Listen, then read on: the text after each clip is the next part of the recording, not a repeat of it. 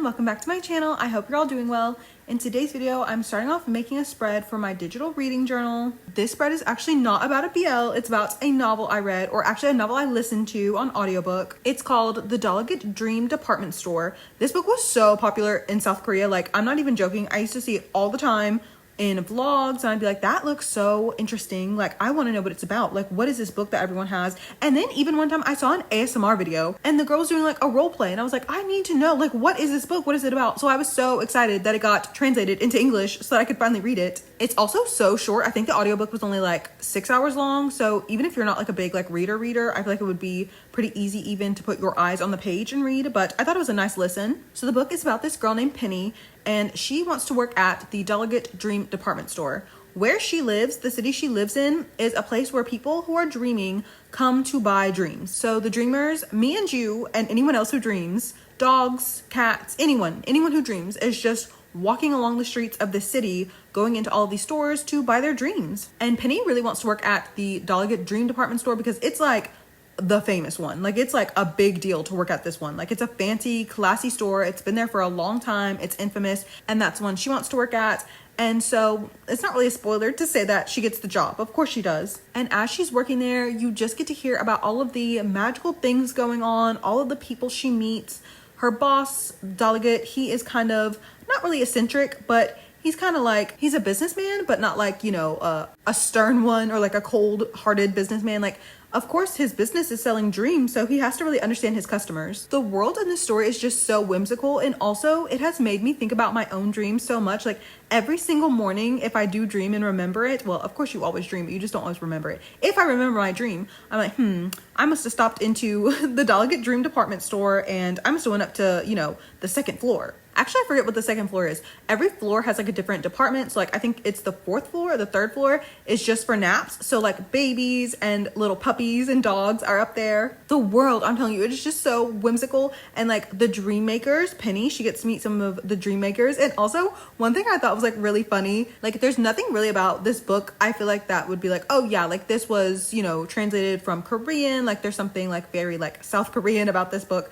But this one part kind of had me cackling. They have an award show at the end of the year for the dream makers. And I was like, oh my gosh, South Korea loves an award show. Speaking of the dream makers, I'm really like actually relieved that this book has no romance in it, but I kind of feel like Penny and this one dream maker, like, I don't know. I was like, I kind of see y'all. And I didn't even know, but this book also has a sequel. Maybe it has even more than one sequel. There's at least one book though that comes after this because I saw it at the library or on Libby, but there were like 10 people waiting in line for it. So I was like, well, I guess I'll be 11th. I'll be 364th in line. And also in addition to being just like so magical, this book was like very like touching too, especially there's a part about dreams that can be pre-ordered and delivered at a later time. And these dreams that have been pre-ordered are from people who are no longer on earth with their loved ones. And that really hit me, especially like there was one specific case of like this man and his grandma, and that like really got me because sometimes I dream about my grandparents, and especially when I dream about my grandfather, there's this like, I don't even know how to explain it, but it's like more so than with my grandma. In the dream, I'm aware of the fact that it has been a while since I've talked to him, since I've seen him. Like I remember the last time I dreamed about, I think I was talking to him on like a payphone, which is so random. Payphones don't even exist anymore. But I was like, Papa, like, how are you? And I don't know, it's just like really like touched my heart to think that like my grandparents pre-ordered a dream for me to see them again. I really liked the book. And also I think there was like kind of like a slight mystery sort of set up in the first book. So I'm guessing that's what the second book is going to be about, which is good with me. I'm fascinated to just like dive back into the world in general. I feel like the author is so creative. Like she's actually a genius. I don't really think I've ever read cozy fantasy before. And also, I feel like a lot of books that get translated, especially from Japanese, are very similar to this, like kind of like Before the Coffee Gets Cold. I've never even read that, but like I know what it's about. Like just kind of like stories of, you know, like a random shop somewhere that you can go into and blah blah blah happens, or like a door only mysteriously opens for, you know, this sort of kind of person, or like you get a mysterious invitation to come to this place, like that kind of thing, which I always loved that growing up. So that's probably also why I loved this book so much. Like the way people always wanted to go to Hogwarts when they were children, I really wanted to go to Narnia. But the way the story is just like so beautiful and magical, it's perfect for fall, winter. I feel like it's definitely the time of the year for something so cozy and so enchanting. The next spread I'm making today is also for my reading journal. I read a BL manga called A Moment of Farewell. And this manga was not on my TBR actually at all for September. By the way, I still have not made my September TBR spread or my September calendar. It's already halfway through the month, like, okay. But anyway, A Moment of Farewell was not on my September TBR, but I'm so happy that I found it because it fits perfectly in with the theme of this month, which you would know if I had finished making my September TBR. But I wanted this month to be kind of like ghost themed a little bit, like stuff that I would normally read during October, but because there's so many things that I want to read during October, I'm reading them in September. And this manga is about a watch repairman, and he's clearly going through some sort of grief. And then all of a sudden one day he's outside of his shop, and this high schooler who looks disheveled, who is literally bleeding, and he says the watch repairman's name. Like, he says his name out loud, and it's like, how would this random high schooler even know his name? And then he's like, it's me, your best friend. It turns out that this high schooler is possessed, kind of. I wouldn't really say the word possessed, but like has allowed a ghost to use his body to go get help. And the ghost is the ghost of the watch repairman's very best friend. And you kind of like get to see a little bit about their backstory, that their feelings for each other were maybe more than just platonic. So the story is about the three of them in this, like, I don't want to say in a relationship because it's not like all three of them are in a relationship together, but you have a man who has lost his best friend, who was grieving, who now has an opportunity to speak to his best friend again. He can't see him, but the high schooler can. And then his best friend, the ghost, he of course has some lingering feelings since he all of a sudden passed away. There are some thoughts that have gone unsaid. And then the high school student, he really has like no one. His mom is like a terrible person, and I think he just like doesn't have a dad. And so the watch repairman is like, you can stay with me. And so the three of them are just living together, and sometimes the high school student will allow the ghost to take over his body so that, you know, he can talk to the watch repairman, his best friend. I feel like, of course, with all ghost stories, they're always a little bit bittersweet because you kind of never know how they're going to go. And I think especially with this one, like, you kind of don't know how the relationship between the characters are going to go, because it does feel as though they're like a little family at first, like just kind of like the watch repairman and his best friend, a ghost, are just like looking after this high school student. I thought that was really heartwarming. And then of course, like the ability to get a second chance to speak to someone who was kind of gone too soon. That was of course also very touching. Like, I was so happy that the main character got to speak to his best friend like that. I also kind of wish the story had been told from his best friend's point of view a little bit, the ghost point of view, because there were just some panels where it was like he was just yearning, like just longingly staring. And I wish I could have seen like more of his thoughts, because I bet he would have had a lot more like flashbacks to like their youth, to happier times, to better days. And then also one of my favorite parts of the manga was actually, I think it was in the bonus story at the end, there was like a little height measuring chart in the main character's shop. I think his family just like owned the business, so it's been there forever. And all three of their heights were marked on there, his and his best friends and the high school students. Actually, the student, he does graduate from high school at a certain point in the manga. So I guess he's not always a high school student, he grows up. I really like this mangaka's work. I have never seen it before ever. Like, I've never seen any of the covers or anything.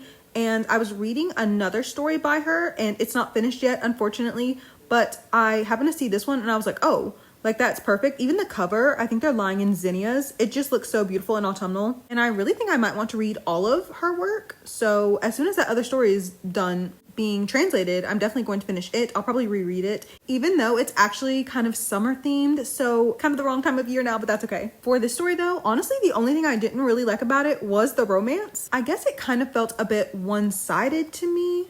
Not in like a cruel way, but just kind of like, it felt like one person had feelings way faster and for like a more reasonable reason than the other character. And also I just kind of feel like there were some blurred lines in general, because like one character is grieving, one character has always had feelings for another character, one character needs someone to look after them. And I just feel like that's a lot of tangled emotions.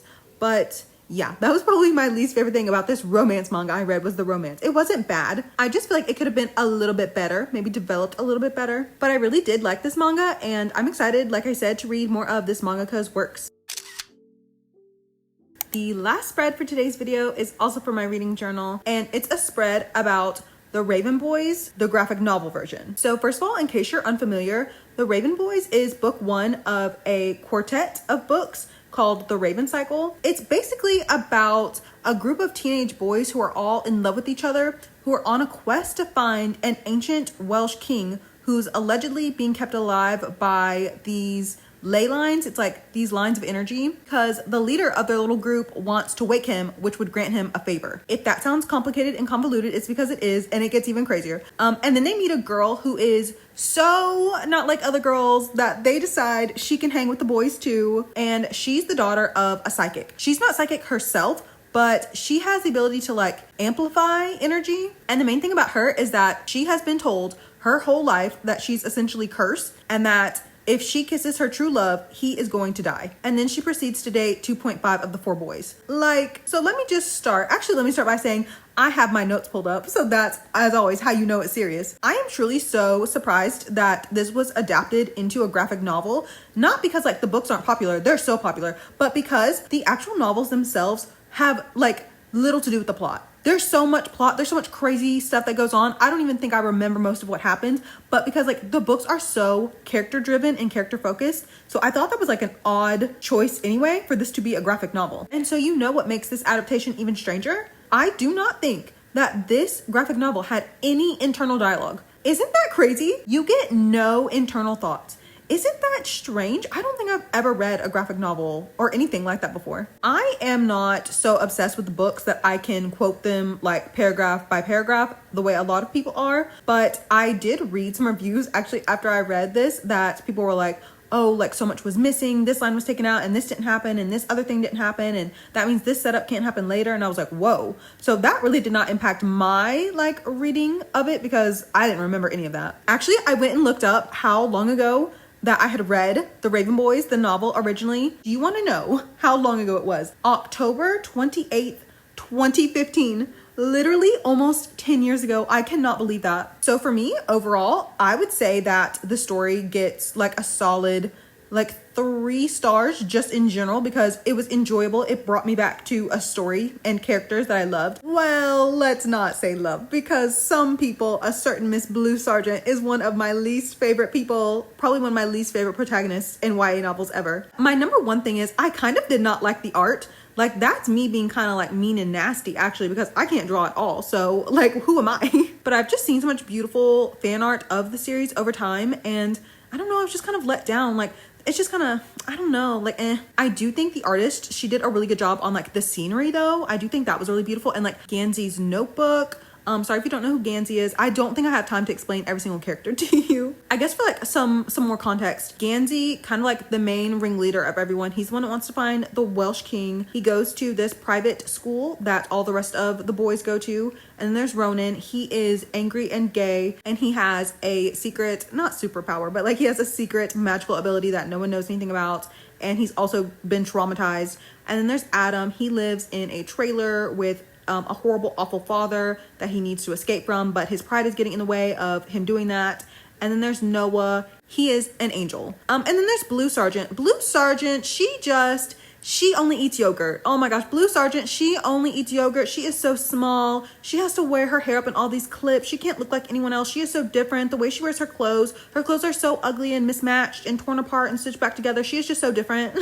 The fact that I read these books when I was a teenager and was even annoyed by her back then. Oh my gosh, I literally saw my review from when I first read these books and it literally just said, it was just one line. It was just like, I don't like how Blue is trying too hard or something like that. Anyway, let me get back into the things that I don't like. This is really actually the last thing I have to say, but it's the biggest thing that I don't like. And I'm about to say something crazy, but I need y'all to stay with me. Blue Sergeant is not a person of color. Breaking my silence. I know you're like, Sheree, like, what does it matter? It matters so much to me because number one, I cannot stand for a white author to be credited with writing any amount of diversity when that's not what happened. Number two, the author of these books, Maggie Stiefvater, she is an artist herself and she's drawn the characters before in the past. Guess who's white?